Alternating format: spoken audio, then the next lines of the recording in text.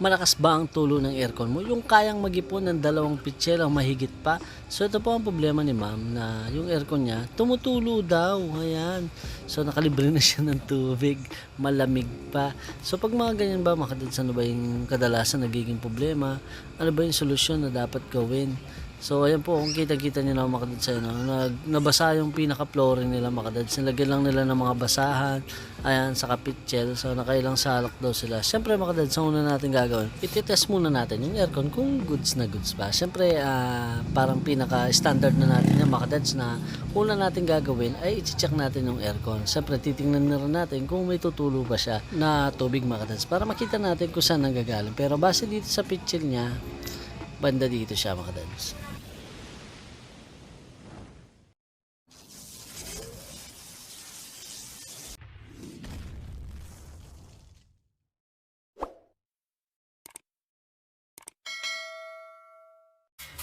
Tumulo po siya ulit. Ayan o, lalaki. Grabe. Ipapump down natin siya. Pull down mga dads. Let's go.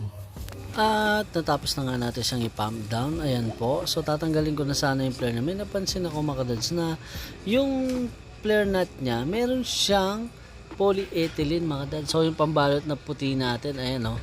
So nagtataka ako, bakit nasa loob siya? Sinadya ba itong ilagay o naipit lang mga dads? Siyempre, alamin natin yan mga dads. So tara, let's go! Ayan po, nilagyan siya ng ganito. Siguro nagkaroon po ito ng leak. Ayan. Shout out kay parang GR! Alright! Geng geng! Yang monkey. Yang monkey. Ika monkey. Ito po yung sinasabi ko kung bakit napaka-importante ng pull down. Ayan. So makikita nyo dito kung gano'n nakarami yung aircon ni ma'am. So pag basic na linis lang, ayan talaga, hindi po talaga nalilinisan itong pinaka ano. May nagagawa naman, hindi po nalilinisan itong pinaka evaporator na sa likod. May nagagawa naman yung tinatanggal yung fan blade. Okay naman po yun, pero mas suggest ko po siguro kung ako po, na mas maganda na i-pull down nyo na. Kasi tingnan nyo po, dyan talaga makikita mo na walang matitirang dumi. Ayan. Ayan po. Dito, dahil lagi naman po siya nililinis,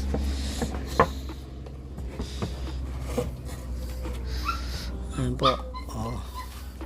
So ayan po, let's go. Kung titingnan nyo po siya dito sa harap, ayan, hindi naman po siya ganun kadumi. Pero kapag tinapat mo siya sa may sinag, ayan, alas blanco na po siya. Makukuha pa kaya natin to sa basic na cleaning mga dads. So tara mga dads, let's go. At ito na nga mga dads, dahil sa sobrang dumi niya na mga dads at matagal-tagal na daw siyang hindi na pump down o pull down cleaning, alos basic lahat, sumiksik na kasi yung dumi mga dads, kaya ginamitan siya natin ng dirt remover mga dads. So ang gandang pakinggan na mga dads. So maraming klaseng dirt remover mga dads. So nasa pagtitimpla na lang yan at kung gaano mo siya katagal ilalagay mga dads. So tara mga dads, let's go!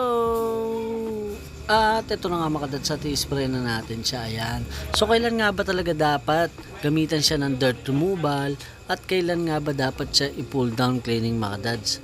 So sa mga master dad natin dyan, please comment down below. Dagdag kaalaman po sa atin, sa akin at sa mga baguhan natin kapwa ka-technician dyan na gusto pang matuto o nag-uumpisa pa lamang. At syempre mga dads, kung bago ka lamang sa akin channel, ay huwag mong kalimutan mag-subscribe at click ang notification bell para updated ka sa ating mga bagong videos. At kung nagugustuhan nyo itong video to or may natututunan kayo, please don't forget to like our videos. Napakalaking tulong nito sa ating channel. So tara mga dads, let's go. At syempre mga dads, kapag nilagyan mo siya ng dirt removal na ganyan, make sure na banglawan mo yung aircon natin mga dads. Kasi pwede pong masira or matagtag or masira, sabihin na natin mga dads, yung aircon natin. Kasi sabi nga po natin na kapag hindi po nabanglawan na maayos siya, so marami na po ako na-experience na ganyan or nakita na unit na ganyan na ginamitan siya ng dirt removal, hindi pinakabanglawan. Yun po, sisirain niya yung mga cooling pin natin hanggang sa maagnas na siya makdad. So matagtag hanggang sa umina na yung lamig. Ayun po. So advice ko lamang po, napaka banlawan nyo mga dads. Back and forth po yung pag-spray ng aircon natin mga kadads. Ayan oh. So medyo nawawala na yung itim-itim mga kadads at pumuputi na siya. So tara mga kadads, let's go! At finally mga kadads, at natapos na tayo sa paglilinis. Ayan. So matagal-tagal po kasi ang pag-spray kapag ginamitan ng dirt removal mga kadads. Kaya di ko na lahat pinidyo. Ayan. So sa ngayon mga kadads, nakita naman ni ma'am na malaki yung pagbabago niya at pumuti na siya. Sana na-satisfy si ma'am, no? Merry Christmas po, madam. At shoutout nga pala kay Ma'am Lay Valeria sa pagtitiwala niya sa atin. At sana'y na-satisfy siya sa nakita ni ma'am. So, baka naman. Merry Christmas po ulit. So, tara mga dads. Okay na siguro to mga dads. I-blow dry lang natin para wala nang talsik. Tara, let's go! At ito na nga mga kadads, at magdadagdag tayo ng konting kwento. Kapag ba kadads na tinagalan mo yung pagkakalagay dun sa dirt removal, mas puputi pa ba yung evaporator natin? Magandang tanong yan mga kadads.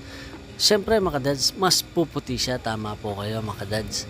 Kapag mas pinatagal mo, mas mapuputi, mas matatanggal talaga yung dumi ng evaporator mo. Kaso mga kadads, ang side effect lang nito para sa akin mga kadads, correct me if I'm wrong, sa mga veterano natin dyan, sa mga master dad dyan, na para sa akin kapag mas matagal yung dirt removal o yung ginagamit ng iba, na di na lang ako magbabanggit ng mga brand o mga pangalan, na kapag masyado natin pinatagal yung ginamit natin dirt removal, ay pwede pong lumipis yung mga copper tube natin na pwede magsanhi ng leak or pre-an leak mga dads. So mabubutas yung mga copper tube natin.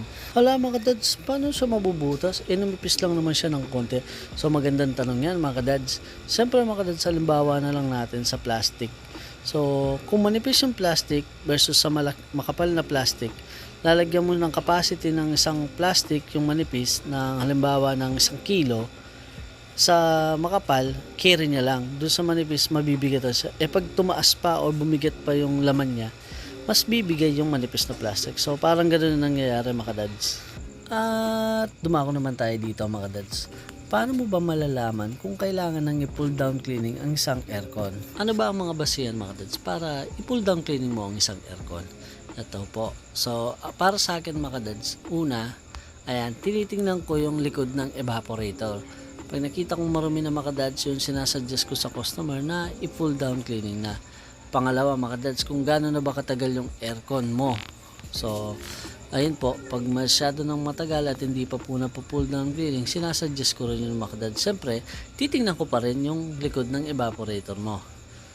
Pangatlo mga dads, yung water leak niya nanggagaling na sa pader.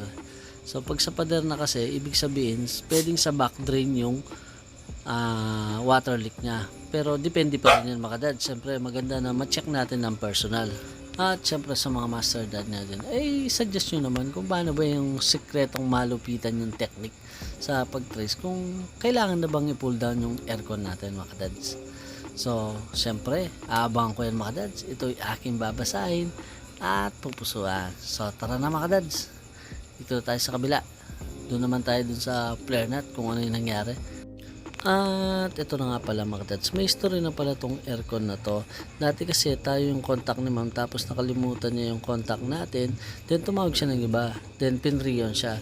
Then yun po, mga ilang araw lang, nagkaroon daw siya ng leak dito. Ayan po yung nangyari. Then nilagyan siya uli ng ganyan, kaya pala may plastic siya na ganyan mga dads. Ayan, sinubukan ko siyang higpitan ng walang ganyan, pero napakaluwang niya mga dads. Kahit kamay lang yung pag-ikot mo, sumasagad yung flare nut natin. Kaya nilagyan ko siya uli ng ganyan. Nasuggest ko na rin na next time na pag nagka-budget ay palitan na natin mga dads. Ayun na nga po mga dads, at natapos na tayo mag pull down cleaning. So napakadumi niya mga dads. Nakita niyo naman yung before and after. So nasatisfy naman si ma'am. So maraming salamat po muli Ma'am Lay Valeria sa pagtitiwala. At ayun na nga mga dads, pag may nakita kayong mga diferensya or sira or damage sa mga ginagawa nyo na aircon or anything, maganda na bago nyo galawin, i-report nyo sa customer mga dads. Ayun, tulad nung nakita ko dun sa flare nut niya na may plastic siya sa loob. So nakakapagtaka kasi kung bakit nagkaroon siya ng hindi pala sa plastic mga dads, ay polyethylene yung kulay puti. Then ayun, sabi ko rin sa kanila na sobrang dumi na nung aircon nila. Gusto niya kasi basic cleaning. Tapos sinilip ko yung evaporator niya sa likod. Then inangat ko or tinignan ko sa baba. Ayun, nakita ko na sobrang dumi niya. Kaya ayun, nasuggest ko na, ma'am, i-pull down cleaning na po natin para masatisfy po kayo. At ayun na nga mga kadads, sana may natutunan kayo sa video nito. So don't forget to subscribe, then click the notification bell para updated ka sa ating mga bagong videos. So see you in my next video mga kadads. Ha! Ha! God bless!